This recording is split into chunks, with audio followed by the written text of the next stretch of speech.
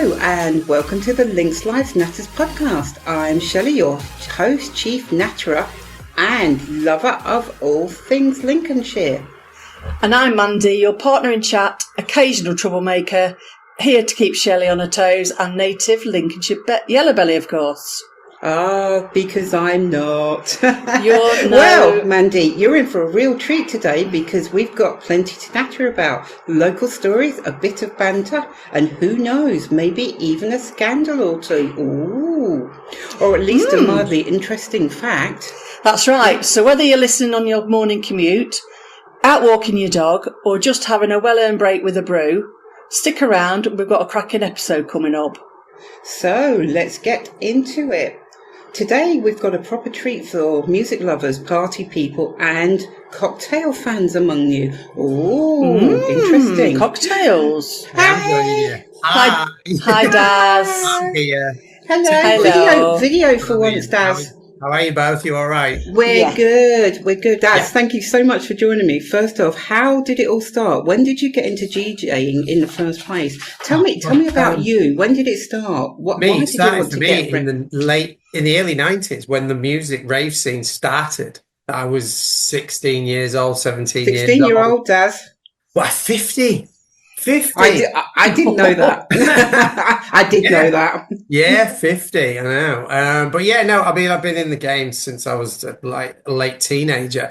I was going like everybody else at that point. Went round, saw the DJs, were going in awe of what was being created as a scene and a movement, and just I was hooked, and that was it. But I wanted to be behind the decks. I didn't want to be just the punter. And it's just now created a career out of it. You know, it's took all the time, which we're going to talk about now, and it's quite a career, isn't it, Daz? It's most of it's behind the scene, but obviously I still DJ a fair bit as much as I can. I know you DJ because I've seen you DJ quite a few times now, and he's very good. I'm very biased because I have seen him DJ many. Yeah. We've just did one this weekend. It was up at World Headquarters in Newcastle. Now he's showing off. Trance anthems with Dave Pearce. We've just done that this Saturday. I've got a Hacienda gig at the end of the month. Hacienda gig, Daz. Yeah. Wow. So because obviously with the day job, ATA events, one of our big shows is with Hacienda. So we've got a couple of shows with them this year, but I'm DJing one at Redcar on the beach. How does it? I remember when you first said to me you were going to DJ at Redcar and you were jumping up and down and you were so excited, weren't you? Yeah, so that's happening. We've done Cream in the past. Yeah, there's been some good stuff. I've been lucky, very lucky. Oh, brilliant. So all that led to the gathering. Yeah, doing smaller shows ended up leading to 7 years ago now. Me and a local promoter, Kirk, ended up doing a local gig at the Beachcomber, sold it out, 1,500. It was a multi-genre event. So it was a bit of clubland, a bit of trance, a bit of house, bit for everybody. And it sold out and really went well. And I was then approached by the owners of who I now work with, ATA, the owners of that, Simon and Barry, and went, we want to do something on the East Coast because they do 20, 30 festivals a year all over Europe and stuff. And now I work from full time. So they came in partnership. The gathering over its years became what it is now. Off the back of that, we've got the Ella Henderson stuff, Pop Live, Meridian Rocks, and just he can just reel them off, Mandy. That's amazing. Isn't it? Yeah. He just keeps going. With them guys that's brought it to the level. They're at that level. I mean, they work with Creamfields. They own two of the biggest trance brands in the UK, which is Wrong and Good Grief. They've been in the game. They've worked with Radio 1. I mean, they've just worked with everybody across everywhere. And they've took me under the wing, basically, and we're best friends, and we just, I remember when you said you were going to work for them, you were so excited because yes, I can work in the music industry full time. It's hard work. The last 7 months running the team, because I'm the operations manager for ATA events. So this year I've got 20 shows on. 20 shows this year, 20, yeah, and about 12 of them are big festivals. From Aberdeen down to Weston-super-Mare. Next week we've got a 4-day tour in Malta. Now he's showing off again. He's going to Malta. I'm not actually. Do you know what? The whole team are going, and I'm not. And you're not going? Yeah, they're all too much on. Imagine, because I've got the drinks thing as well, there's just too much going on. So it's like I'll hold the fort. You guys are working that for 4 days at Cafe Del Mar and stuff, and they've got 60 DJs flying in from 30 countries. This is the one in Malta. Going on next week. Yeah. My life. Tell us But yeah, about I'll who. be stuck at home in Newcastle while they're all in 25-degree Just sun. be stuck at home in Newcastle. He is a Grimsby-born lad, hence why we're talking to him and stuff. He does still keep his Lincolnshire connections. This is why, obviously with the shows with Gathering and with Ella this year, obviously that's because we've spoken many times. You're a friend of the podcast. You're a friend of mine. We've gone back right to radio days when I started.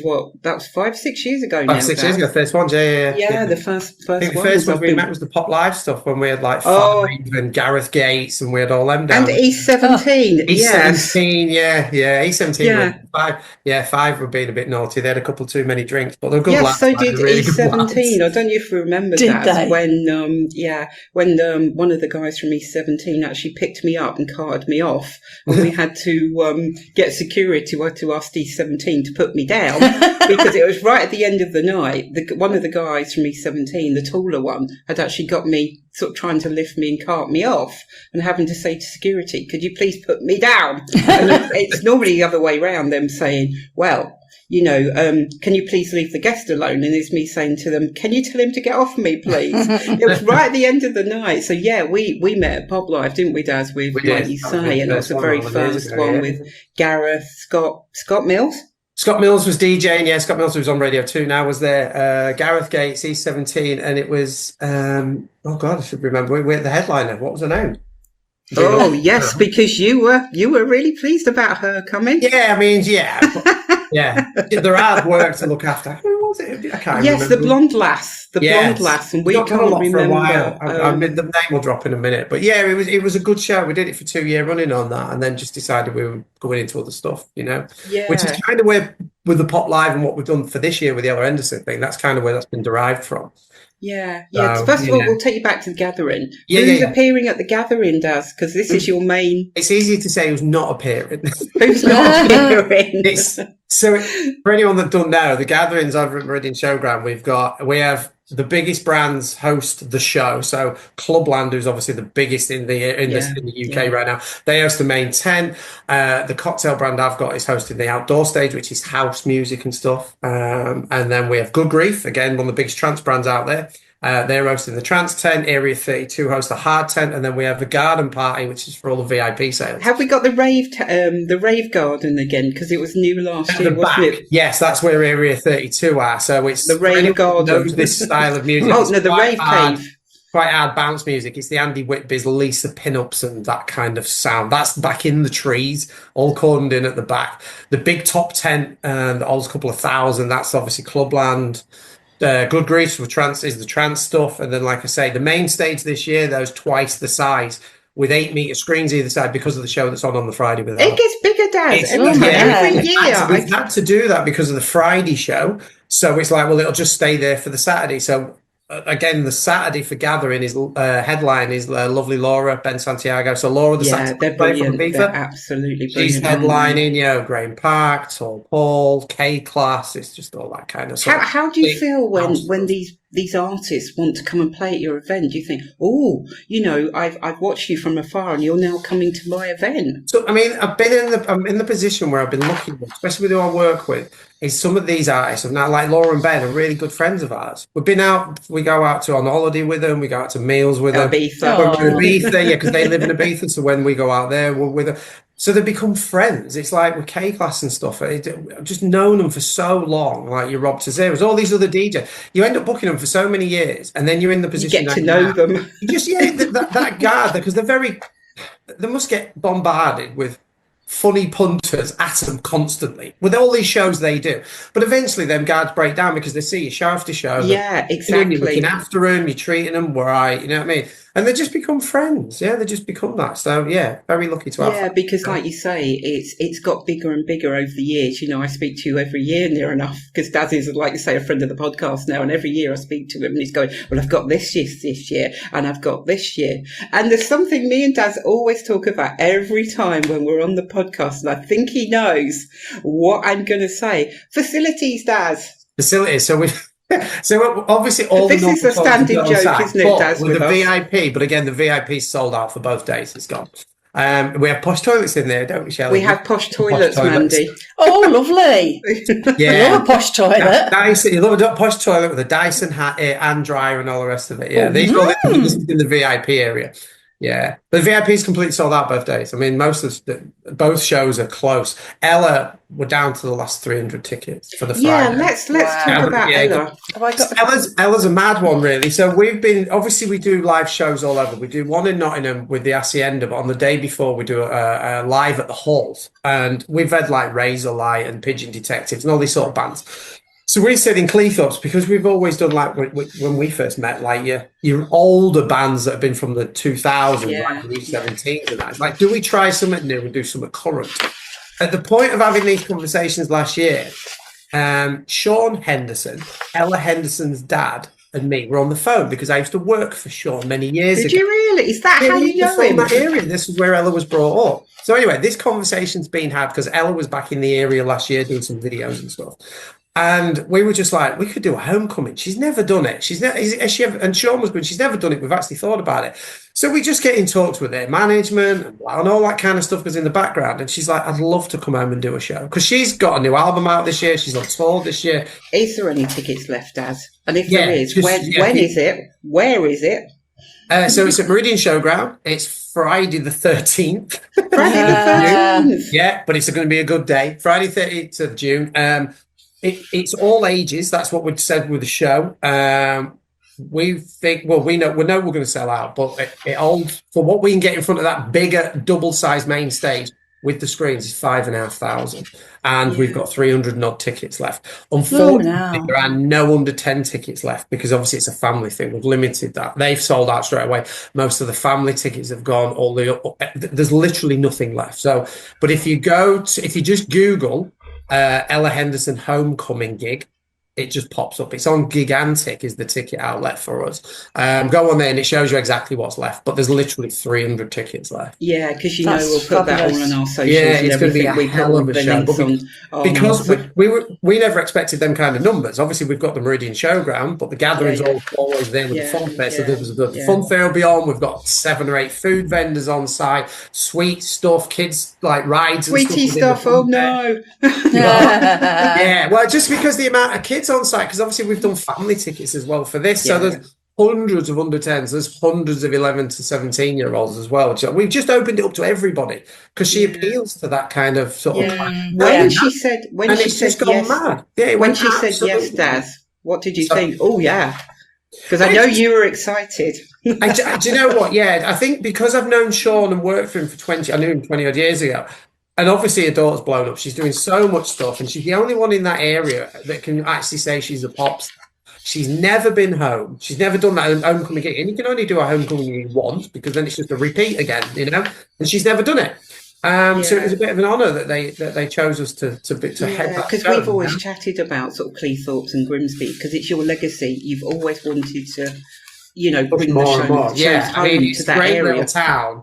But it is at the end of a motorway, and there's no passing trade. And living in Newcastle, when you're surrounded by Sunderland and Gateshead, and and you've got Newcastle, there's thousands and thousands of people. They're up and down the motorway, past the A1. There's just constant new people. Grimsby Cleethorpes is kind of just on its own, but it's got so much to offer. So we was always like, especially as if it wasn't for the people that come to the gathering in the first place, I wouldn't be in the job I'm in now. So I've got a real passion to keep stuff going over there. And just for that reason, it got me in my career where I am now because of the support I got from the people around there. So I'm not going to turn my back on them, Yeah, because you've done lots of other events as well. You've done Meridian Rocks as well last year, didn't you? And I was trying to think of the one before that. It was Meridian Rocks last year, wasn't it? We've done Pop Live, we've done Meridian Rocks. We've just launched which is out now, most of it is a 3-day street festival in Hull, which is I saw that yesterday. In August. Yeah, well, the people over there that run a really cool club over there called the Old School House. We've gone in tow with them. We're closing the street down. So we're doing a Clubland street festival on the Friday. We're doing a club, like a house music kind of gig on the Saturday. And then the Meridian Rocks kind of, and because one of our other brands is Could Be Real, which is a tribute show up and down the UK. So we're doing the Sunday will be the tribute. You're just getting bigger and bigger, Daz. Yeah, it's amazing. Trying, I'm but we've literally just launched that. The Clubland one's not out yet. It's known that it's happening, but there's no line that we haven't launched all that yet. But you're just getting bigger and bigger every year. I talk to you, and it's just getting bigger and better for you. Getting busier and busier and less holidays. That's the problem. At the Thrive Tribe, we believe everyone deserves the chance to soar. Whether you're an individual seeking self-improvement or a business aiming for success, we've got you covered. Personalised coaching. Unlock your potential with our expert coaches. One-on-one guidance tailored to your unique goals. Learn flexibly online. Boost your skills from Microsoft Office mastery to work-based expertise. Lifelong learning? We've got the keys. So whether you're an aspiring professional, a business leader, or simply hungry for growth, join the Thrive Tribe today. Visit thethrivetribe.com and let's ignite your journey. Remember, it's not just about surviving, it's about thriving. The Thrive Tribe, where potential meets possibility. Hey there, Lincolnshire business owners. Struggling to be found online? Still buried on page 3 of Google? Wondering if anyone's even looking? Well, stop stressing and join the Lincolnshire Business Directory. It's completely free to join, and you'll finally start getting noticed. Think of it like shouting from the hilltops, but digitally. Want to really make a splash? For just £99, you can upgrade to a premium listing and get in front of more eyes. You'll be the talk of the town. It's super easy. Pick a plan, create your listing, and boom, you're live. Customers will be finding you faster than you can say SEO. Head to www.lincolnshirebusinessdirectory.co.uk. Don't miss out. Your customers are waiting. Daz, tell us how So Lush Cocktails came to life. Where did the idea come from? Right, so Lush was a sideline. Well, I say sideline. We're obviously doing all these shows. I've realised that especially for females, everybody likes a nice cocktail. And on a festival, as we do many, you can't have a mixologist guy mixing them because it's too slow. People will stand there for ages. You go into the Alchemist or somewhere, it takes forever to get a drink. It takes forever. On site, you can't do that. So I ended up on one of our shows, backstage, a couple of drinks, met a guy called Lee Jeffries. Lee Jeffries owns a company called Drink Chef. He owns a factory down south and he back engineers drinks and creates them and distills them in his factory. So anyway, after a day of chatting with him and drinking, and we're at this show, get on with him so well. I brought so many people to the table with him. As of last June, we went into production. And the idea is a bit like what AU have done. It's a small 250ml cocktail can, but we've created some flavours of cocktails that you can't buy in a can. So we've done a Disaronno and Diet Coke, which tastes like Dr. Pepper. So we back-engineered that and put vodka in it. I think that's the one I've tried, Daz. Sorry? I think that's the one I've tried. Yeah, it just tastes like Dr. Pepper. Yes, just random Diet Coke, that's exactly what that does. But you can't buy that anywhere in the country in a can. So we back engineered that, created that. We've done a lychee cocktail, which is basically a Japanese fruit, and it tastes like lilt. But these are all vodka based.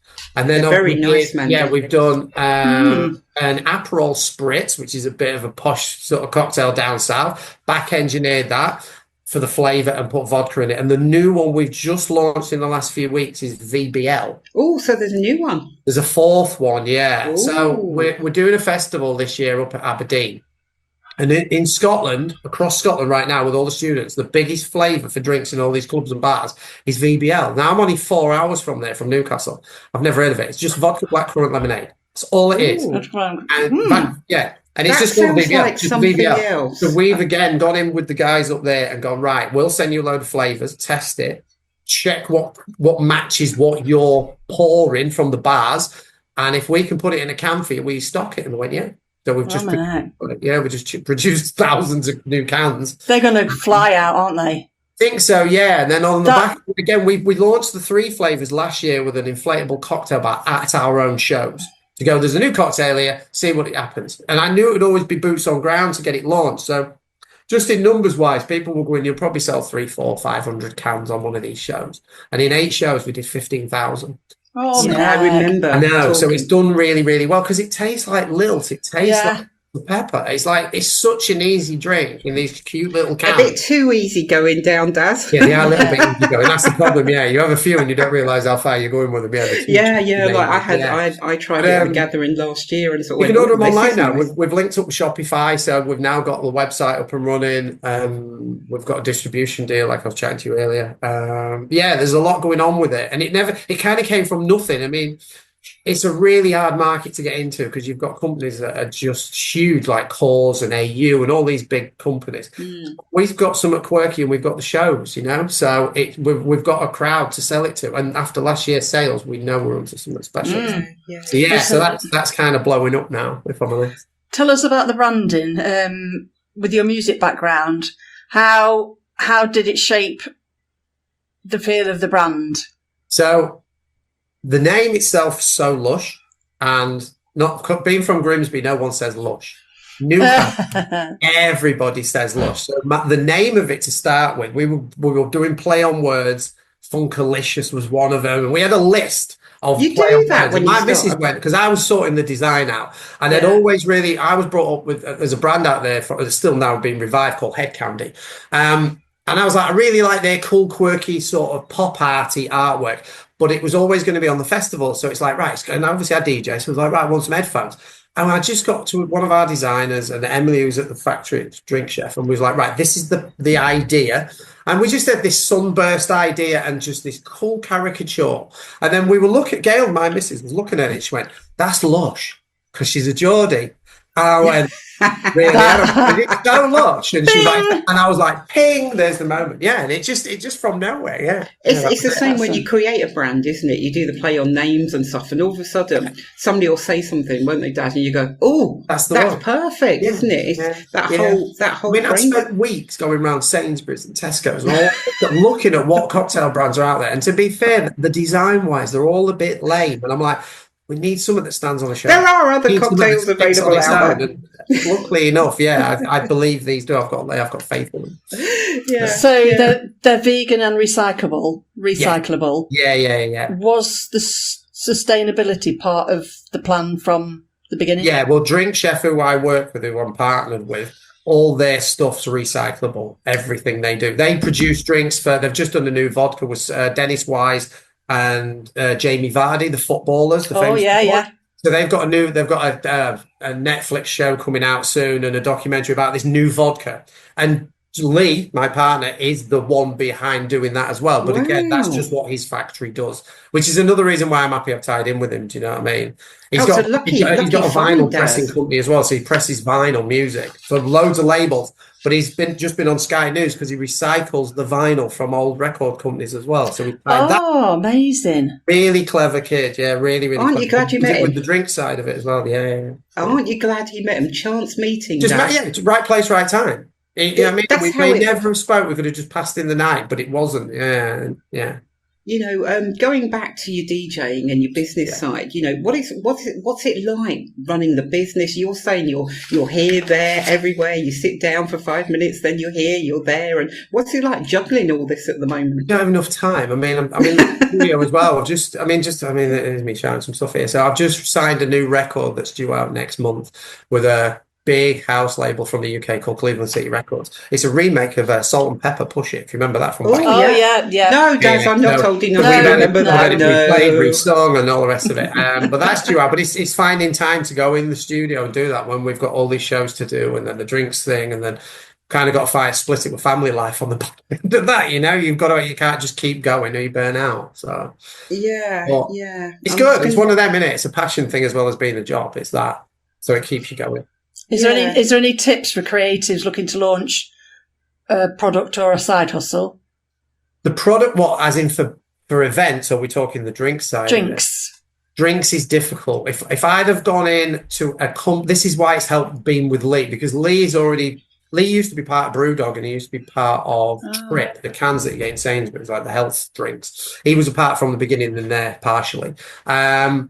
So he's got this full setup of a distillery and a laboratory, and it's like Willy Wonka's chocolate factory at his place. It's ridiculous. I remember when you went Literally down there and you were testing them all, and you were saying about going this. down because he's got like not scientists, but that kind of guy that are doing all these different flavors and potions and going, right, well, it needs 5% more of this and 2% more of that and all the rest of it. If you haven't got that, if you weren't lucky enough for me to get to that point, and you just go to a big drinks company, you're talking hundreds of thousands to get started, because you just are. But Lee has all that, and Lee does this. I mean, he, if you go to Drink Chef's website, he'll create stuff for you. I mean, he's the guy right now for me in the UK.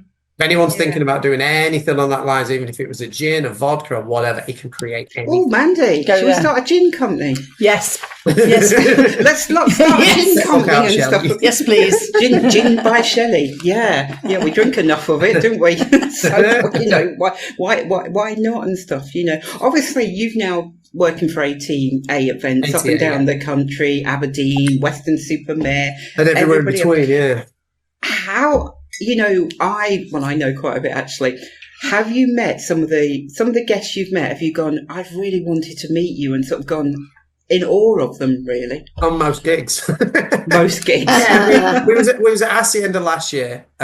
We did Hacienda at the Hall last year in Nottingham, and it was 808 State, who were back in the day. They started house music. Met them guys. Met Razorlight. There's an American DJ who's one of the big American house DJs that brought the movement over, called Danny Tenaglia. Met him and was just in awe of it. Any plans to bring any more helicopters to Cleethorpes? No, God, no. Yeah, well, if needed. yeah. I'll just explain to Mandy what this is. Yeah, what is this? There was a certain DJ that was only flying in, and they flew him in by helicopter and landed behind the field at the Meridian Showground, didn't they, Daz? To hire the field and get security. Yeah, basically, at the same time as our show was a massive festival in Ireland. So because of the agency that was ATA that we had, we booked all these big artists, Eddie Halliwell, a guy called Giuseppe Ottaviani from Italy, and all these big names. And they were like, well, we want them as well. And it was like, well, they can't play Cleethorpes and Ireland. And they went, the guys that own that festival, I mean, it's a lot bigger show than we do. I mean, they're getting 20,000 people. So they were just going, we'll just get an helicopter. And we were like, whatever. And they did.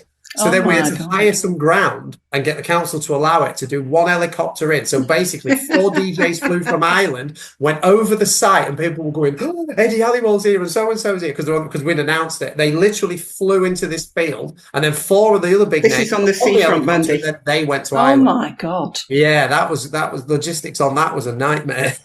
Yeah, quick question just for the before we police, health and safety, because it was just landed in a random field in Cleveland. Alone, so they allowed one drop at a specific time just to come in, drop, switch DJs, and then out again. I always remember that. It was fun, but it was hard work to do. Yeah, it was one of my highlights actually. It was sort of like, the helicopters there, and you see them all running around going, we've got to get him. Before we wrap up, Daz, how do you see the future of dance music going? Sort of festivals, everything else. It's really difficult at the minute, if I'm honest. A lot of festivals are falling. Yeah, the problem is the cost of everything has gone up. Cost of labour's gone up. Cost of hire's gone up. Fuel's gone up.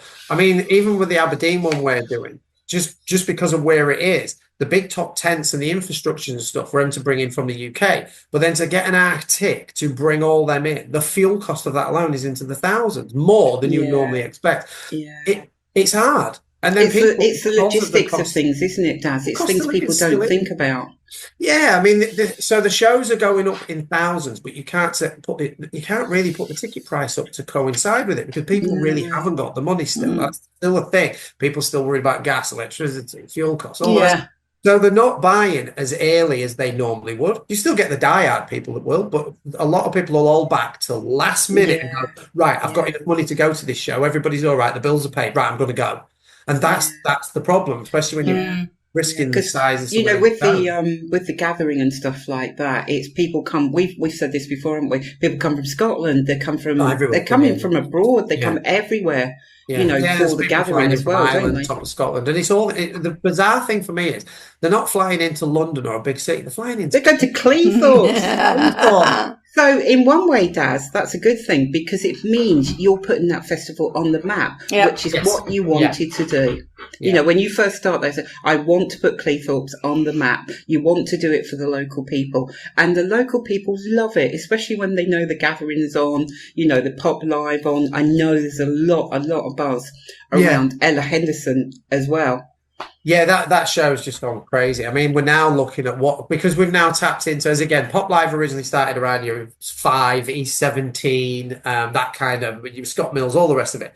And we've gone, well, hold on a minute. We've got this really big site. Ella's very current. She's on tour. She's got new albums coming out, working with Jax Jones, who we've also got at the Ella Henderson show. Obviously, he's doing a DJ set and stuff. All very, very current. So it's like we have got close ties to some of these pop stars through the agency. So who do we have for next year? Because I don't want to go back to the 2000s. I want somebody very, very current. And we're in talks right now because obviously it's all to do with diaries and where they are in the world and all the rest of it. But who can we get for next year? Because we will definitely be doing after. Please be somebody whose name we could actually pronounce, Daz. It'll be a pop star or a band as such. I'm just not sure which route. There's a couple of names. I can't drop the two. There's 2 names at the minute that we're in talks with. Both of them are insane. But did you leave it? You are. We'll have to be quiet about that one. We'll find out about that. Signed-off deal, if it was a signed-off deal, again, exclusive. But we're just literally starting talks with both management teams right now. Daz, it's an absolute pleasure as always. Every year you've been with me since I set this mad idea up of leaving radio and saying to you, I'm going to set a podcast up, and we're now in our second year now of doing this sort of, so, you know, we're doing really well. Daz, it's an absolute pleasure. With the tickets for Ella Henderson and The Gathering, we will put all those on our website, and we will put the links to our social media. Daz, thank you so much for talking to us, and we look forward to seeing you very soon. Will do. My pleasure. Always. Thanks, my pleasure. Daz. See you soon.